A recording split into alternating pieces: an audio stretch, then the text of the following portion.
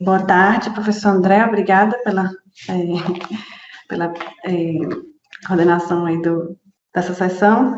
Agradeço também à professora Luciene e todos que estão envolvidos nessa organização do evento e todos os presentes.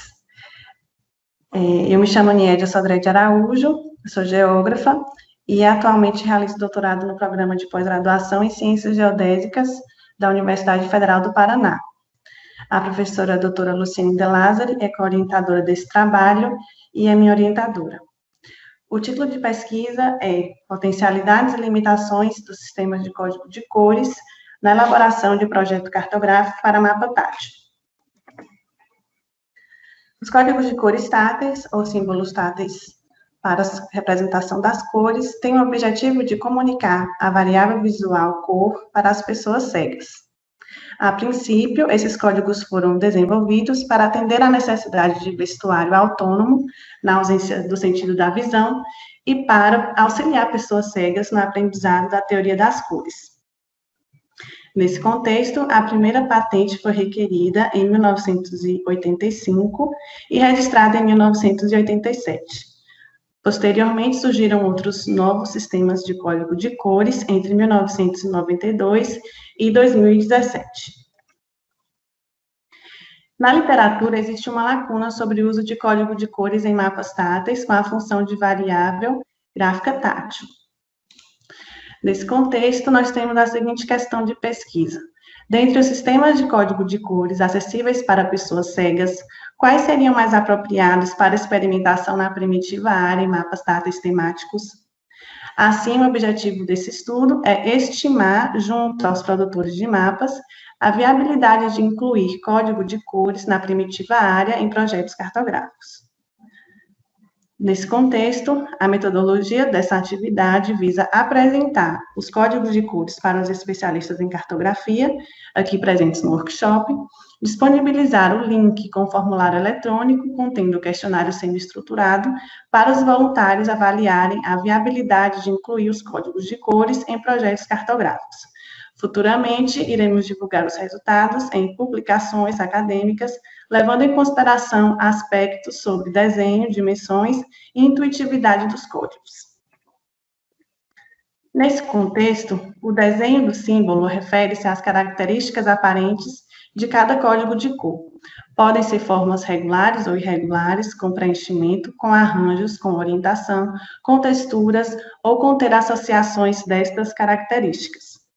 As dimensões referem-se à extensão do código de cor, que deverá ser projetado com dimensões entre 5,5 milímetros e 10 milímetros dentro da primitiva área, considerando o distanciamento entre 2,3 milímetros e 6 milímetros do código para as bordas da primitiva área.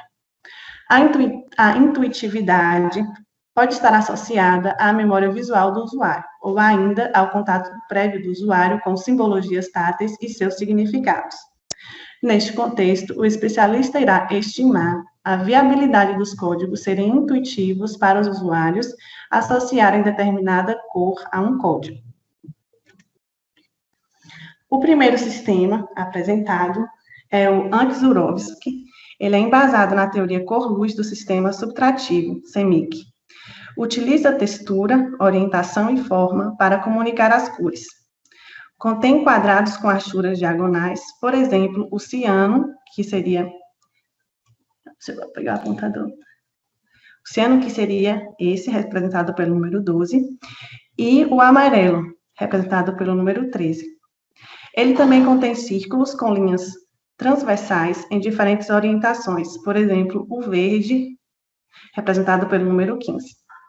Um exemplo do uso desses códigos na primitiva área, a gente pode ver aqui abaixo, representando, por exemplo, azul, verde e amarelo.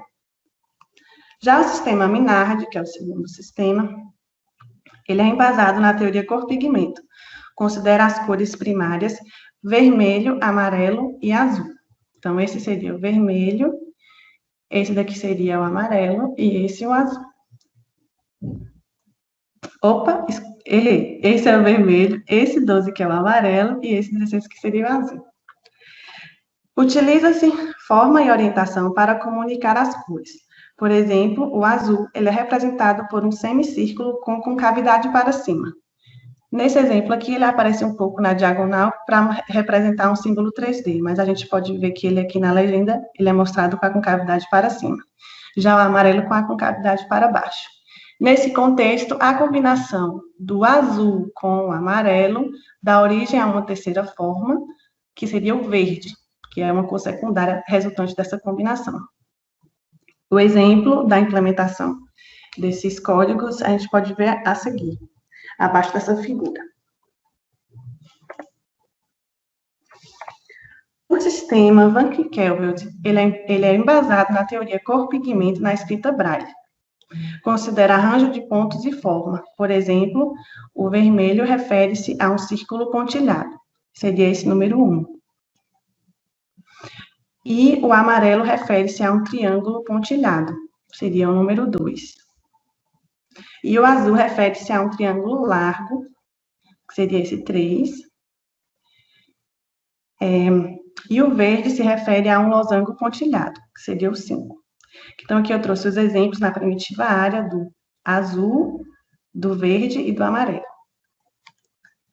A forma do triângulo para o amarelo faz analogia com a estrutura atômica do ouro, e a forma do losango para o verde faz analogia com a estrutura atômica do diamante. O próximo sistema, que é o Constance, ele é baseado na teoria cor-pigmento, considera forma e arranjo para representar as cores. O vermelho é uma linha angular, análoga à chama de uma fogueira. Seria aqui. O amarelo refere-se a uma linha reta análoga ao raio do sol. Esse símbolo aqui. E o azul refere-se a uma linha ondulada análoga à onda do mar, que é esse outro símbolo. A associação das cores primárias originam as cores secundárias, com a junção das formas lineares. Por exemplo, o verde refere-se a uma linha reta com uma linha ondulada. Seria a combinação do amarelo com o azul. As cores escuras contêm um ponto ou até 4 pontos no final da linha. Quanto mais pontos tiver, mais escura vai ser aquela cor. Aqui não tem exemplos, mas a gente pode ver aqui nesse gráfico. Aqui tem os círculos, que seria para representar as cores claras, mas não dá para a gente visualizar. Mas são círculos maiores do que esses pontos, para representar tonalidades mais claras. Podemos ver o exemplo desses códigos na primitiva área, que é amarelo, verde e azul. O sistema TOAD considera forma geométrica para comunicar as cores. Por exemplo, o azul refere-se a um losango. Aqui está o azul. O verde refere-se a um triângulo com a base para cima, que seria esse segundo exemplo. E o amarelo, um triângulo com a base para baixo, o terceiro exemplo. Para demais cores, nós também temos outras variações de formas geométricas. Cada código desse tem no seu interior as 3 letras iniciais do nome da cor em inglês, porém escritas em romano. O próximo sistema é o Philippa Color Code. Ele é embasado na teoria cor-pigmento, utiliza forma e textura para comunicar a cor. O vermelho... Opa, acho que eu pulei. Desculpe, voltando aqui. O vermelho, ele refere-se, então, ao quadrado, e o azul refere-se a um círculo.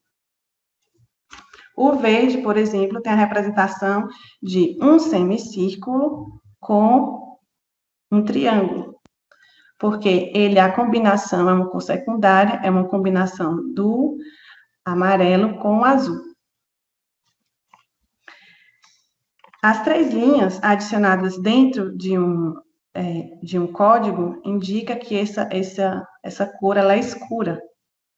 Então, utiliza-se essa textura, essas 3 linhas dentro do código. Para dizer que a mesma cor é clara, então, um exemplo, o vermelho claro, adiciona-se uma linha próxima do código de cor, logo abaixo do código.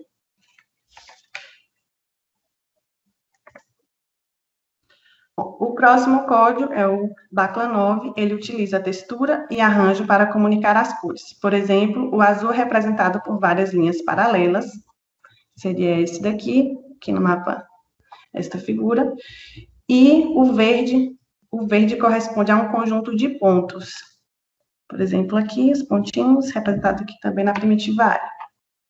E o amarelo corresponde a um conjunto de círculos, que seria aqui, o yellow. Já o sistema Iropoc, ele é baseado no sistema cromático de Munsell. As cores são representadas por pontos que referem-se às cores primárias, e secundárias. Elas estão intercaladas dentro desse círculo. Nesse contexto, o ponto que tiver um diâmetro maior vai comunicar a cor desejada. Então, como ele é análogo ao círculo cromático, nós temos o vermelho, laranja, o amarelo, e assim sucessivamente, até chegar de novo no vermelho. No exemplo aqui da figura, nós temos a representação do código do azul, do código verde e do código amarelo. Em relação às cores terciárias, estas estão posicionadas entre uma primária e uma secundária. Por exemplo, o verde amarelado, ele está entre o amarelo e o verde, que o verde é uma secundária e o amarelo uma primária.